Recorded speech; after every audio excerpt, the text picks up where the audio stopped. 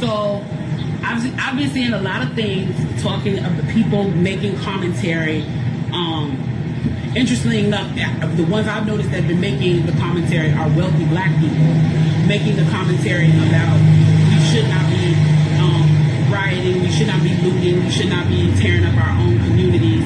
And then there's been an argument of the other side of we should be hitting them in the pocket. We should be focusing on the blackout days where we don't spend money.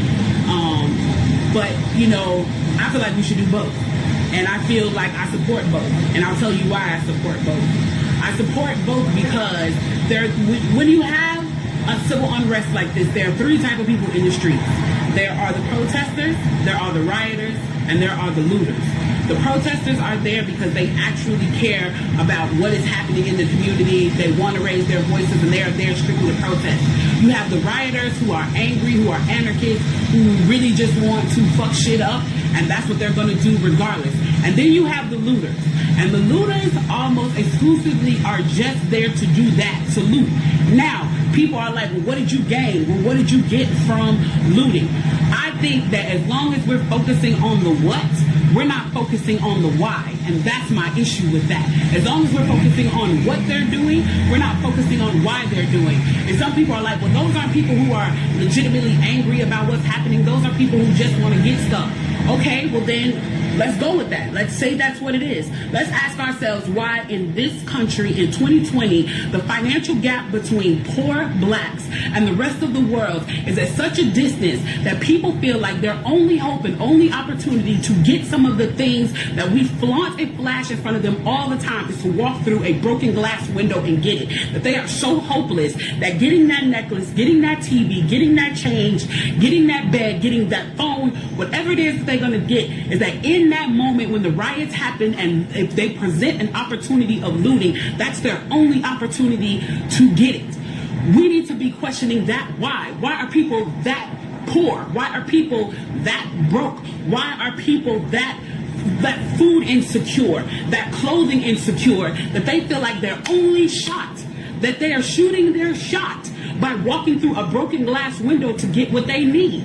And then people want to talk about, well, there's plenty of people who pulled themselves up out of bootstraps and got it on their own. Why can't they do that? Let me explain to you something about economics in America. And I'm so glad that as a child, I got an opportunity to spend time at Push where they taught me this, is that we must never forget that economics was the reason that black people were brought to this country. We came to do the agricultural work in the South and the textile work in the North. Do you understand that? That's what we came to do. We came to do the agricultural work in the South and the textile work in the North. Now, if I right now decided that I wanted to play Monopoly with you, and for 400 rounds of playing Monopoly, I didn't allow you to have any money, I didn't allow you to have anything on the board, I didn't allow for you to have anything. And then we played another 50 rounds of Monopoly, and everything that you gained and you earned while you were playing that round of Monopoly was taken from you. That was Tulsa, that was Rosewood. Those are places where we built black economic wealth, where we were self-sufficient, where we owned our stores, where we owned our property, and they burned them to the ground. So that's 450 years. So for 400 rounds of Monopoly, you don't get to play at all. Not only do you not get to play, you have to play on the behalf of the person that you're playing against. You have to play and make money and earn wealth for them, and then you have to turn it over to them. So then for 50 years, you finally get a little bit and you're allowed to play. And every time that they don't like the way that you're playing, or that you're catching up, or that you're doing something to be self-sufficient, they burn your game. They burn your cards. They burn your Monopoly money. And then finally at the release and the onset of that, they allow you to play and they say, okay, now you catch up. Now at this point, the only way you're going to catch up in the game is if the person shares the wealth, correct? But what if every time you share the wealth, then there's psychological warfare against you to say, oh, you're an equal opportunity hire. So if I played 400 rounds of Monopoly with you and I had to play and give you every dime that I made, and then for 50 years, every time that I played, and you didn't like what I did, you got to burn it like they did in Tulsa and like they did in Rosewood, how can you win? How can you win?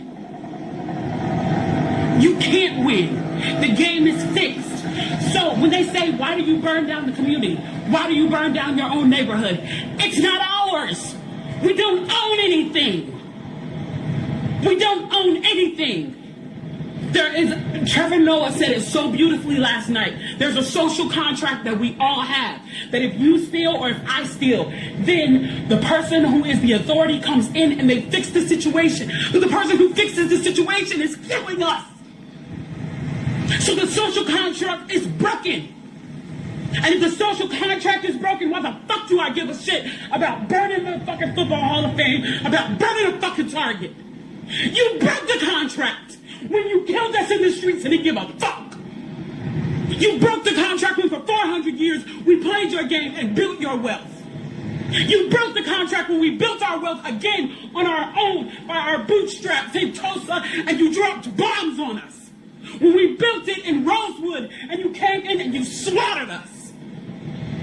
You broke the contract, so fuck your Target. Fuck your Hall of Fame. As far as I'm concerned, they could burn this bitch to the ground. And it still wouldn't be enough. And they are lucky that what black people are looking for is equality and not revenge.